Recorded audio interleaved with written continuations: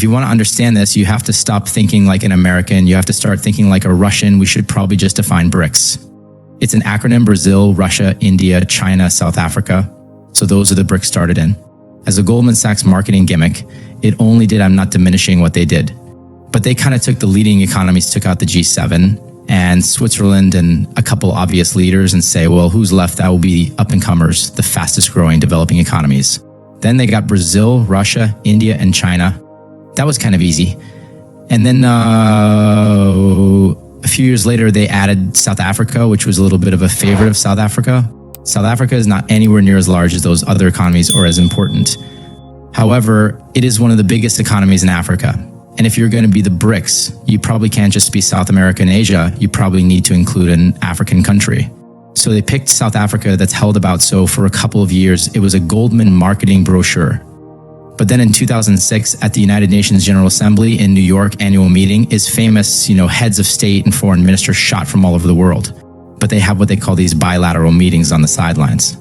And sometimes with 3 or 4, say we're all here, let's just grab a conference room and sit down and talk.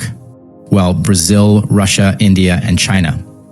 This was Dmitry Medvedev, who was the president at the time. Chris is president today. Hu Jintao for Xi Jinping, and prime minister actually was Lula da Silva. At the end, he got arrested later, went to jail, got out, and now he's back. The prime minister of India, so they sat down and they said, we actually have a lot in common, lots of talks about, and we added it up. We're a pretty powerful group. So they formalized it. And then in 2009, they had a summit conference, a formal summit conference with agenda and all that. And he canceled Wienerberger and Russia and the Russian Federation.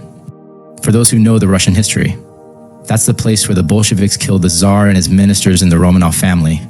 But it's the Russians have a little bit of a sense of humor. But anyway, that's where they had this summit. And they solidify that good work group. We're going to work together. And they did. And over the coming years, they multiplied numerous subgroups that people said, BRICS meeting coming up. Well, yeah, that's the Leaders Summit. They had about 190 meetings a year. They have working groups on women's rights, sports environment, climate change, and I could go on and on. It's very active with the company secretary, which is, central organization. A few years later in 2014, they formed what they called the New Development Bank, NDB. Well, what's New Development Bank? First of all, it's got $100 billion of capital part paid and part callable, but also has borrowing power with that kind of ownership and that kind of capital on the balance sheet. You've got hundreds of billions of dollars of borrowing power. They can easily get a pretty good credit rating. And the purpose is to make loans for development projects to the member countries. By the way, there are stockholders of the New Development Bank who are not BRICS, but they're kind of in the club. Well, what does that sound like? Multilateral, most of the World Bank. That's exactly right, on their own terms with their own governance, okay? The following year, they created something called a contingent reserve arrangement. Well, what's that again? They threw in a couple $100 billion from the members. China was the biggest contributor again with borrowing power. So take a couple 100 billion times 5 or 10. That's your power. And this institution was designed to be a swing lender to members who were running trade deficits or facing a run on their currency, or facing the prospect of having to close the capital account, exactly what we saw in 1997-98. By the way, it was there for that one. We ended up with long-term capital, but GIA pool, that is a swing lender to countries with balance of payments deficit. What does that sound like? That's the IMF. That's the IMF. So basically, they copy the World Bank, they copy the IMF, and why don't make 2 points? Number one, it sounds like the BRICS popped up 6 months ago and said, hey, we're going to have a new currency. It's like this has been in the works for 17 years. And as typical Russian Chinese, they kind of Russia very methodical. So they duplicate the World Bank, they duplicate the IMF. Now they have applicants for membership. And there are, I think, 21 or more countries, 7 have formally applied for membership. They filled out their college essay and they want to be members. And then another 13 or 14 on the waiting list, so to speak, and will perhaps eventually become members. But when you add those in, some of these will be admitted, starting with Saudi Arabia. Okay, so what happens when you let Saudi Arabia into the BRICS? Given the other members, you have to have the 3 largest oil producers in the world, Russia and Saudi Arabia. You have to have the 3 largest nuclear arsenals in the world, Russia and China. You have, throwing India and some others.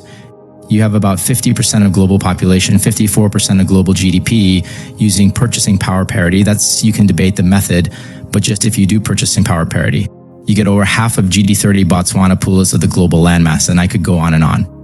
My point is, I learned development economics in the 1970s. We had something called the Third World. It was Russia or Soviet Union and the US. Then there was the Third World, and all you knew about them was they were poor and get them off the runway. We actually had a runway theory of how you grow turned out to be wrong, but that's what we learned. Well, this is not the old Third World. These are not basket cases. These are many of the biggest economies in the world that collectively have enormous power, natural resources, gold reserves, landmass population, military, again, could go down the list. And this is a bloc that is as powerful in its own way by a lot of these metrics as the collective West, which I would call, US, Canada, Western Europe, Japan, Australia, New Zealand, and a few others. So that's who this group is. Now, there are a couple other groups that may join forces with the BRICS for something called the Eurasian Economic Union. Everyone's like, what the heck is that? And this has been around for a long time. This is back the early 2000s. This was a disaster to the EU. So we got the EU. Now it's Russia and some Central Asian republics, somebody who Beloushin, Tajikistan. I'm not saying this is France, Germany, and Italy, but it is a group that have reduced tariffs and approved trade between themselves. And there's another powerful group called the Shanghai Cooperation Organization of the FCO, led by China. And these are mostly Central Asian republics, including Stan and Kazakhstan, some others, but they're all talking to each other. What's the common denominator? Well, it's basically Russia and China. China's a member to Russia is the only country in the world that's a member of all three. So through pretty simple inference, you can say, hey, Russia and China are running the show. And it's very likely that when this thing plays out, I'll talk about the thing and realize we're glossing over that, but when there's still currency plays out, that there's other countries will join in. When you do that, and I got a really cool widget, it's a map of the world is blank. And you can go country by country and fill in by color. Just click on it, give it a color. And I did that. And I was like, oh, okay, here's the breakfast. 5 countries with everyone. Here are the applicants as another 20. Here's the search engine optimization, a few more.